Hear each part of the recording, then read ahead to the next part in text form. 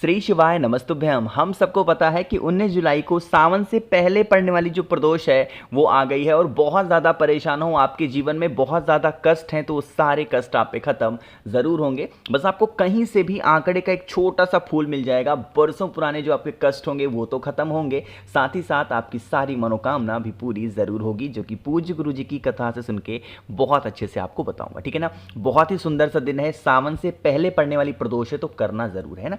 इस टाइम पे पूज्य गुरुजी की कथा चल रही है सीहोर में, और उस सीहोर की कथा में गुरुजी एक पुष्प की बातें कर रहे हैं और वो पुष्प आपके सामने दिख रहा होगा, ये है केतकी का पुष्प। ठीक है ना। तो काफी लोग कह रहे थे भैया कौन सा पुष्प नहीं चढ़ाना चाहिए, तो इसीलिए मैंने फोटो आपको दिखा दी कि बार बार गुरुजी केतकी केतकी के फूल की बातें कर रहे हैं। तो आप ये देख लो, अगर इस फूल को आपने कैसे भी करके महादेव के शिवलिंग के ऊपर अगर समर्पित कर दिया तो आपको 1000 गौ हत्या का पाप लगेगा, और उस हत्या का कोई भी निवारण नहीं है, कोई भी उपाय कर लो। तो गलती से भी इस पुष्प को ध्यान से देख लो, स्क्रीनशॉट ले लो, कहीं भी दिख जाए तो किसी भी देवी देवता को चढ़ा दो, कोई दिक्कत नहीं, वो सभी प्रसन्न हो जाएंगे। बट केतकी के पुष्प को महादेव को बिल्कुल भी समर्पित नहीं करना, चाहे वो सावन का महीना हो, प्रदोष हो, शिवरात्रि हो, सोमवार हो, कैसा भी दिन हो, नहीं समर्पित करना। ठीक है ना। चलो अब हम लोग बात करते हैं अपने उपाय की, जो कि हम आंकड़े के फूल की बातें कर रहे थे। ठीक, देखो जो आंकड़े का फूल होता है वो दो तरीके का होता है। पहला यहाँ पे आप सभी को दिख रहा होगा, ये है सफेद कलर का। ठीक है ना। एक होता है व्हाइट कलर में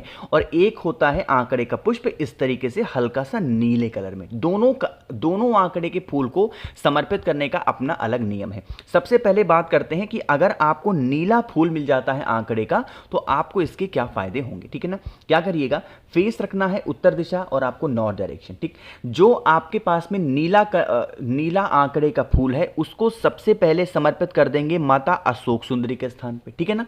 समर्पित करना, और यहां से समर्पित करने के बाद में इसी आंकड़े के पुष्प को उठा करके फिर महादेव के शिवलिंग के ऊपर समर्पित करिएगा, और जो आपकी मनोकामना है, जो आपके विशेष हैं, उस इच्छा का कामना करते हुए समर्पित करके और फिर एक लोटा जल जरूर चढ़ाएंगे। मैं आपको बार बार बताता हूं, आंकड़े के पुष्प का कोई आंकड़े के पेड़ के किसी भी भाग को छुओ तो अपने हाथों को बहुत अच्छे तरीके से धुलो, और जब आंकड़े के पुष्प को महादेव के शिवलिंग के ऊपर समर्पित करना तो उसके जल का आचमन कभी जीवन में मत करना, वरना फिर आपके साथ में कुछ भी हो सकता है, क्योंकि आंकड़े के पुष्प में क्या होता है, जहर होता है। इस चीज का ध्यान रखिएगा, है ना। पहली बात कर ली। जैसे मेरे कहने का मतलब है कि अगर आपको नीला आंकड़े का फूल मिलता है तो इससे आपकी मनोकामना पूरी होती है, और बट अगर आपको कहीं पे भी सफेद आंकड़े का फूल मिल जाए तो इसका नियम चेंज होता है। इस उपाय से आपके घर की बरसों पुरानी जो बीमारियां होंगी वो सारी खत्म होती हैं। फेस रखिएगा उत्तर दिशा, नॉर्थ डायरेक्शन। जो आपको सफेद आंकड़े का पुष्प मिला है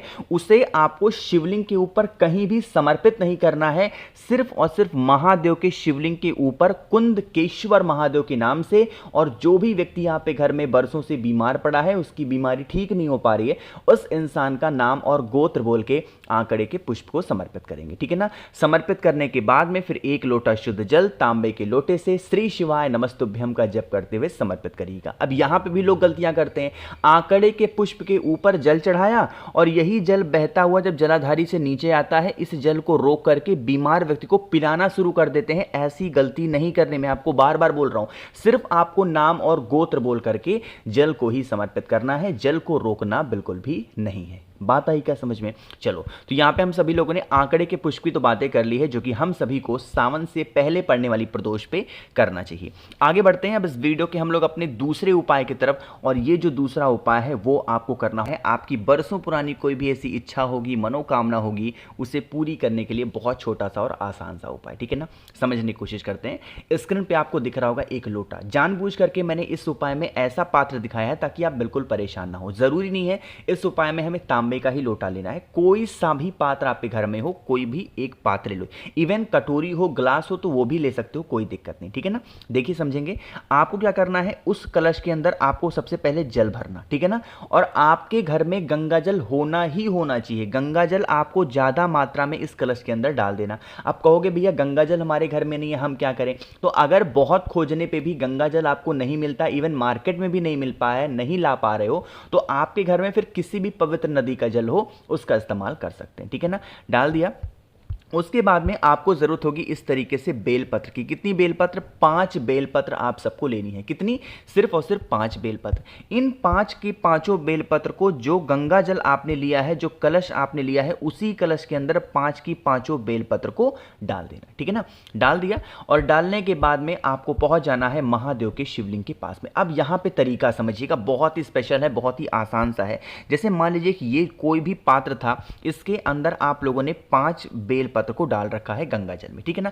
आपको महादेव के शिवलिंग के पास पहुंच के जो आपकी कामना होगी, जो आपकी विशेष होंगी, एक एक बेलपत्र इस कलश में से निकाल करके और महादेव के शिवलिंग के ऊपर समर्पित करते जाएंगे। 5 बेलपत्र है तो ऐसा नहीं है कि आपको 5 जगहों पे शिवलिंग पे चढ़ाना है, नहीं, एक एक बेलपत्र निकालेंगे और महादेव के शिवलिंग के ऊपर एक एक करके, एक के ऊपर एक आपको रखते हुए चले जाना है। और जब आप बेलपत्र को रखेंगे तो जो आपकी कामना हो, जो आपके विशेष हो, जो बहुत दिनों से अधूरी चल रही हैं, उस कामना से आपको समर्पित करना है ना। इतना करने के बाद में अब ये जो तांबे के लोटे में जल आपको यहां पे दिख रहा है, फिर किसी भी पात्र में जल है, ये उसी बेलपत्र के ऊपर बिल्कुल स्लो मोशन में बहुत ही धीरे धीरे धीरे धीरे करके आपको समर्पित करते जाना। ठीक है ना? अब जब यहां पे चढ़ाओगे, जल बहता बहता बहता जलाधारी से नीचे गिरेगा। इस जल को यहां से रोक लेना, और रोकने के बाद में जल का छिड़काव पूरे घर में कर देना। जिस वजह से आपकी मनोकामना बहुत दिनों से अधूरी रह जा रही है और वो पूरी नहीं हो पा रही है, उसके लिए आप सभी को इस उपाय को जरूर करना। ठीक है ना? बात आई क्या समझ में? तो यहां पे हम सभी लोगों ने बात कर ली है अपने 2 उपाय की। आगे बढ़ते हैं इस वीडियो के हम लोग अपने तीसरे उपाय की तरफ, और इस वीडियो का आखिरी उपाय है जिसको आपको जरूर से जरूर करना होगा। ठीक है ना? लेकिन कैसे करना है उससे पहले जल्दी से एक छोटा सा काम कर दो, वीडियो को जल्दी से कर दीजिए लाइक, और मेरे जितने भी भाई बहन आवाज मेरी पहली बार सुन रहे हैं, चैनल को जरूर सब्सक्राइब करना है। ठीक है ना? देखो, समझने की कोशिश करते हैं इस उपाय को। यहां पे स्क्रीन पे आप सभी को दिख रहा होगा एक शहद, है ना? आपको भी क्या करना है, ऐसे ही लेना है शहद, और शहद की मात्रा थोड़ी सी ज़्यादा रखिएगा, है ना? ऐसा नहीं कि 1 चम्मच ले लिया, नहीं, थोड़ा सा ज़्यादा मात्रा में शहद रखेंगे।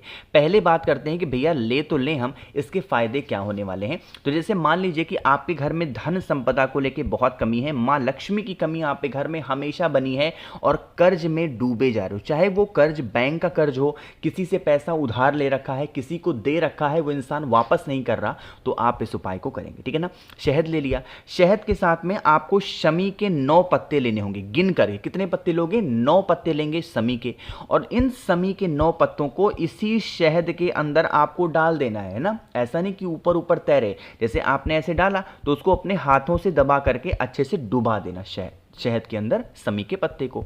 फिर इस शहद को उठाएंगे और एक तांबे के लोटे में जल भरिएगा अपने घर से, और पहुंच जाना है सीधा महादेव के शिवलिंग के पास में। जितने भी उपाय प्रदोष के होते हैं, कोशिश किया करिए उन सभी उपाय को प्रदोष काल में ही करने के। एक छोटा सा आपको डिस्क्रिप्शन देता हूं कि प्रदोष काल का समय वो समय होता है कि जिस टाइम पे सूर्यास्त होता है उससे 30 मिनट पहले और 30 मिनट बाद का समय क्या माना जाता है? प्रदोष काल का। बात आई क्या समझ में?